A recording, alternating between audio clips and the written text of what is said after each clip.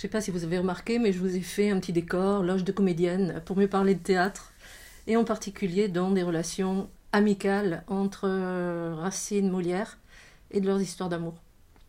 Donc voilà. Alors la première chose que je veux dire, c'est que je vais bien vous préciser ce que j'ai découvert historiquement parlant, et ensuite moi le choix que j'ai pu faire ou bien l'interprétation que j'en ai donnée. Je crois qu'il ne faut pas mélanger les deux. La première chose, c'est que j'ai été ravie de voir qu'il y avait entre ces deux hommes, Racine et Molière, une véritable amitié, une véritable estime. Parce que s'il y en a un qui est une crapule et puis à la fin il fait une trahison assez dégueulasse, bon, c'est pas humainement intéressant. Non, c'était deux hommes bien. Et c'est le fils de Racine qui m'amène à dire cela. Une de ses anecdotes, il raconte qu'après leur brouille, Molière donne une représentation du misanthrope et ça se passe très mal, la pièce ne fonctionne pas du tout. Et à ce moment-là, un ami de Racine va voir Racine et lui dire bah, tu vas être content, hein, ton Molière il s'est complètement planté avec son misanthrope. Et Racine lui dit non, je ne crois pas une seconde, je connais assez Monsieur Molière qui est un homme de grand talent et je ne pense pas du tout qu'il puisse faire une mauvaise pièce. Et plus tard, Molière a rendu la même chose à Racine, car Racine avait donné les plaideurs, et là aussi ça avait été un bide, les premières représentations, et un ami de Molière va lui dire « Ah ben Racine, il s'est planté !» Et Molière va voir la pièce, et quand il sort, il dit « Ceux qui se moquent de Monsieur Racine, il faut se moquer d'eux, ils ne comprennent rien à l'art dramatique. » Voilà, ça c'est quelque chose qui me plaît, qui m'intéresse. Il y a de l'amitié entre eux. Malgré des débuts orageux, donc les débuts, c'est Molière qui tout à coup, comme on lui présente Racine, et il lui dit, ah ben oui, tiens, t'écris des tragédies, ça tombe bien, figure-toi qu'à l'hôtel de Bourgogne, ils sont en train de monter une pièce sur la Thébaïde, est-ce que tu pourrais m'écrire quelque chose là, en vitesse, il faut que ce soit prêt dans un mois.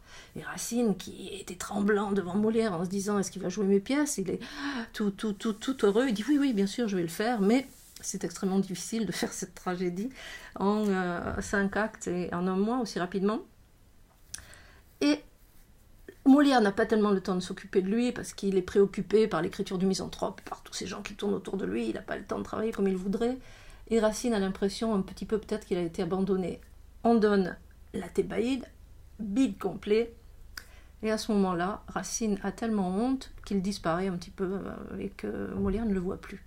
Et Molière, et là aussi c'est un détail qui est historique et qui est vrai, avait voulu doubler la prime d'auteur de Racine, étant donné ce qu'il avait gagné à mon avis, il n'avait pas dû lui donner beaucoup, et était même allé lui porter un petit cadeau, ce qui n'était pas du tout dans son genre.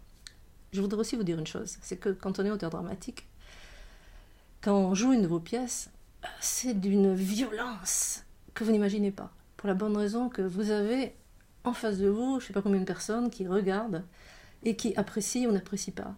Et quand un auteur donne une pièce et qu'à la fin, bon, les gens n'applaudissent pas, ou d'un coup on leur dit c'est pas bon, c'est une honte inimaginable. Vous êtes traversé comme par des lances, c'est ainsi qu'il faut l'imaginer. C'est très cruel comme art. C'est pas la poésie ou le roman où vous écrivez et vous savez pas ce que les gens en pensent. Bon, même si vous faites 1 ou 2 articles, c'est pas ça quand même qui peut vous ronger. Donc, j'ai imaginé que Racine, après ça, c'était comme terré, comme un animal malade, et un jour, Molière donc va le voir. Et voilà ce que j'ai voulu écrire pour essayer d'expliquer cette amitié malgré tout entre eux. Et en particulier, le problème dont je vous ai parlé, à savoir que Molière avait tout fait pour que cette putain de Thébaïde marche, alors que ça ne marche pas. Donc Racine lui dit, tu m'as utilisé, voilà ce que je te reproche. Tu avais besoin de quelqu'un pour contrer l'hôtel de Bourgogne, j'étais là, je n'ai été qu'une pierre qu'on lance à la tête de l'ennemi, et c'est moi qui suis fracassé. Tu ne m'as pas regardé, tu ne m'as pas écouté. Il y a plusieurs scènes où il essaie de lui poser des questions, et l'autre lui dit, bon écoute, tu te débrouilles. Quand on te parle, tu as sans cesse le regard qui papillonne. Si tu savais ce qu'était Molière pour moi. Il ne faut jamais rencontrer les gens que l'on admire. On pense que ce sont des montagnes, ce sont des cavernes, rongées par leurs combats, creusées jusqu'à la disparition de l'humain. Et Molière lui répond bien, ai-je eu le fond de ta pensée? Racine, oui. Et Molière lui dit, petit con, mais qu'est-ce que tu me dis? J'ai fait jouer ta pièce 16 fois alors qu'elle rapportait des clopinettes. Pour que le public te découvre, pour l'attirer, je l'ai mise en seconde partie de mes farces. J'ai même fait danser Marquise en première partie. Je l'ai imposée en visite chez les d'Argenson quand cette foutue baronne me disait « Oh là là, maman, pas la Thébaïde !» Le public n'est pas venu, mais qu'est-ce que tu veux que j'y fasse? Le public aime rire. Il veut des comédies. La vie est tragique. Et au théâtre, Il veut se doucher de joie, se parfumer de gaieté, sortir tout beau, tout propre, détendu, massé par les soubresauts de sa chair. Racine dit oui, mais j'aurais mieux fait si... Molière lui dit bon, tu arrêtes le théâtre, tant pis. Pourquoi? J'ai lu ta seconde pièce, Alexandre, et je voulais te proposer de la monter dans 1 an. Qu'en penses-tu? Et Racine lui dit, tu as lu Alexandre? Est-ce que ce sera assez, 1 an, pour que tu répondes à cette grande question? Qui suis-je? Qui est Jean Racine? Un grand dramaturge ou un futur candidat à l'Académie française?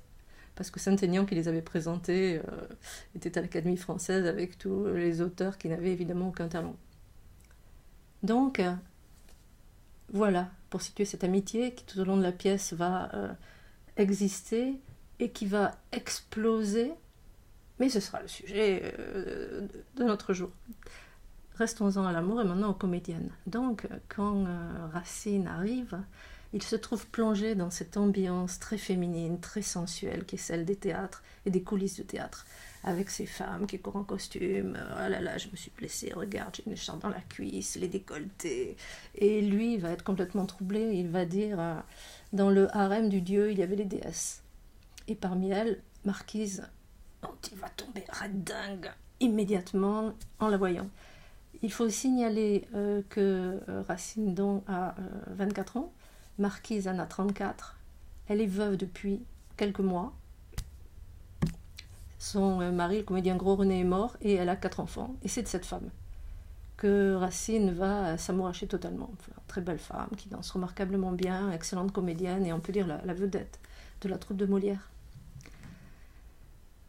J'ai essayé d'imaginer Racine comme quelqu'un qui, face à cette sensualité, face à ces femmes, a un désir de s'inventer une incroyable histoire d'amour. Et nous sommes tous comme ça parce que on est bercé par l'amour, par les films, par les musiques, par les chansons, par les histoires. Et très rapidement, quand on est jeune, on se dit, mais moi, qu'est-ce que ça va être mon histoire d'amour? Est-ce que vraiment je vais être digne de ce mot immense? Moi, je sais que quand j'étais toute petite, il y avait un mot qui me faisait rêver, c'était maîtresse. Une maîtresse, ça me semblait tellement... Jamais de ma vie, je ne pourrais être digne de ce mot amant, maîtresse, qui sont tellement brillants. Et Racine va tout à coup dire ceci au moment où il veut se lancer à la conquête de Marquise, qui ne le regarde absolument pas. On peut dire que Marquise a une sorte, ça arrive souvent dans la vie, hein, on aime qu'il ne nous aime pas. Ah, ça, c'est le piège absolu. Et donc, il est tombé amoureux d'elle et il voit bien qu'elle ne l'aime pas. En fait, on va voir que Marquise est en train de préparer une sorte d'histoire de nouveau avec Molière, avec qui elle a déjà eu une aventure. Donc Racine a ce monologue « Amour ». Tout homme qui s'éveille à l'histoire des hommes ouvre les yeux sur la horde des grands mythes de la vie. Et voici le plus beau, amour. Caracolant comme un mystère à capturer, une violence à maîtriser entre ses cuisses, un élan vers le surhumain. Quand sera-t-il de l'amour dans ma vie? Voici la question que l'on se pose, illuminée d'histoire, de musique, d'apparition. Elle était apparue dans ma vie. Elle avait 34 ans, 4 enfants. Elle était veuve depuis peu. C'était elle ou la mort. Je n'avais rien à espérer, mais je n'en dormais plus. Donc, le personnage de Racine est, si vous voulez, dans cette double ambiance, la volonté de réussir en tant qu'auteur dramatique, il joue tant, et cette passion absolument folle qu'il a pour cette femme, qui ne le regarde pas, qui ne s'intéresse pas à ses pièces. Évidemment, il lui donne les rôles principaux, il veut lui expliquer, il lui dit « mais je vais venir chez toi pour t'expliquer, etc. » Il dit « non, c'est pas la peine. » Et il voit très bien, en fait, qu'elle est amoureuse de Molière, qu'elle regarde Molière, qu'elle s'intéresse à Molière, et en particulier, bien sûr, au rôle de Célimène dans la pièce Le Misanthrope. Parlons maintenant du grand amour de Molière, qui est tout simplement sa jeune femme, Armande. Là aussi, je me suis posé des questions pour savoir comment faire fonctionner Molière-Armande. Certains disent qu'elle est infidèle, qu'elle trompe son mari, qu'il est le roi des cocus. Dans son livre, Duchesne dit que non, pas du tout. C'était simplement un couple bourgeois, mais bon, ça n'est pas particulièrement intéressant. Mais j'ai trouvé quelque chose qui m'a beaucoup intéressée. Un commentaire de Talleyrand de Réau. Donc là, historique bien sûr. Il parle de Molière. Molière avait assez de penchant pour le sexe. La Debris l'amusait quand il ne travaillait pas. La Debris, c'est Catherine, qui est donc, on dit, un peu sa femme légitime dans la troupe à ce moment-là. Peut-être qu'une autre n'aurait pas voulu de l'attachement de Molière. Il traitait l'engagement avec négligence, et ses assiduités n'étaient pas trop fatigantes pour une femme. En 8 jours, une petite conversation, ça n'était assez pour lui. Sans qu'il se mît en peine d'être aimé, et voilà tout à coup ce qui m'a retenu, excepté de sa femme, dont il aurait acheté la tendresse pour toute chose au monde. Pour toute chose au monde. Donc, petit à petit, j'ai progressé. Oui, Racine aime Marquise, et follement. Oui, Molière aime Armande, et elle lui échappe. Et à ce moment-là, j'ai fait un pari sur la relation Marquise-Molière.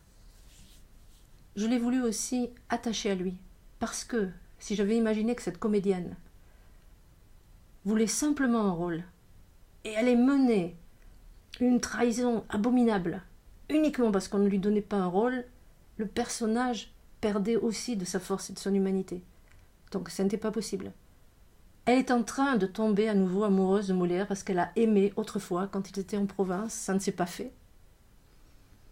Et tout à coup, elle va dire à Armande, parce qu'Armande, à ce moment-là, a des tas d'amants, et elle lui dit, j'ai envie de me payer quelqu'un, elles sont en train de bavarder, deux filles. Et Armande lui dit, ah oui, quoi, mais super, t'es veuve, allez, vas-y, aime-toi, mais qui? Elle dit, ben, Molière. Quoi? Mon mari Molière, c'est vrai? Ah ben, écoute, vas-y, ma foi. Mais plus tard, Armande dira, ouais, elle veut se taper mon mari, mais je savais pas aussi que c'était les rôles qui allaient avec. Et là, la véritable rivalité va commencer. Pour le personnage d'Armande, que faire? C'est une super jolie fille, elle a 24 ans, son mari vient de lui écrire un rôle prodigieux qu'elle a joué à Versailles, dans La Princesse d'Élide, mais c'est un rôle qui ne lui plaît pas, elle veut d'autres rôles. Quantité d'hommes lui court après, et elle trompe son mari.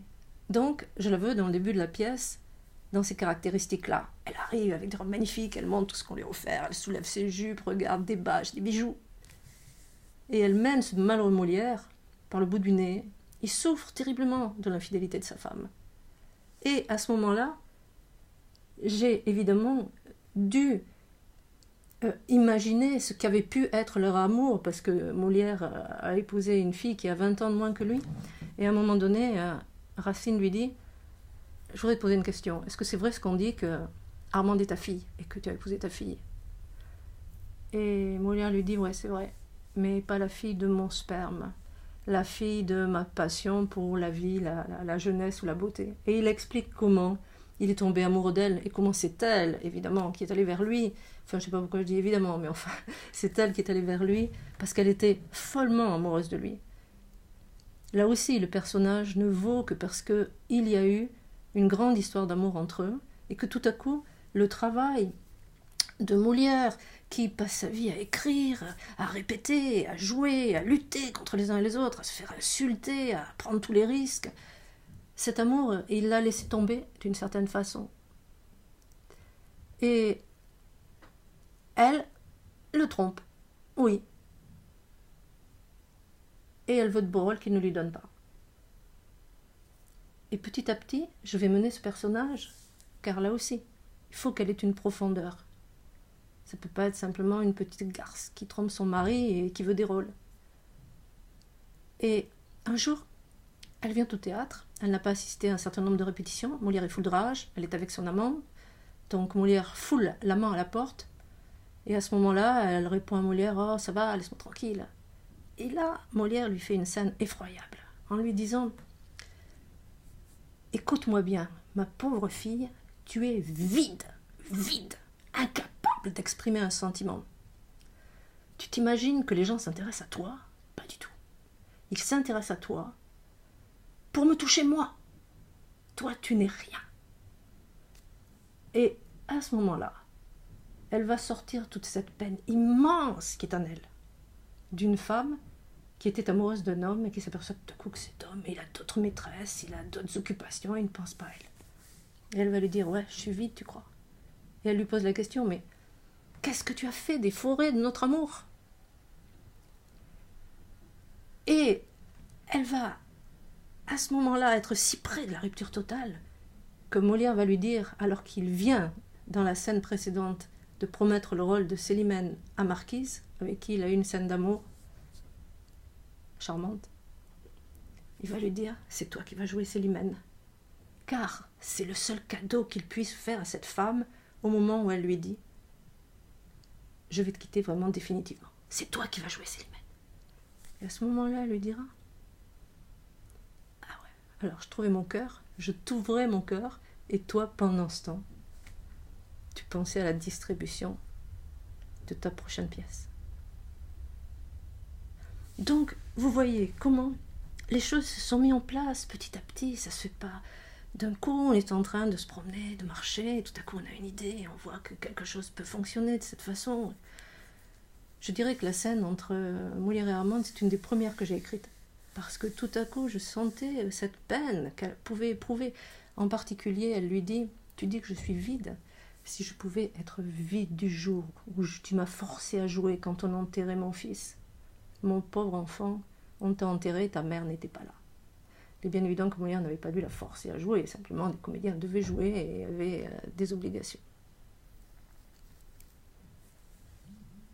Mais, essayons de voir en quoi maintenant on a tout à fait le schéma qui est celui d'Andromaque. Donc je voudrais finir sur la pièce d'Andromaque de Racine, qu'il écrit donc à ce moment-là.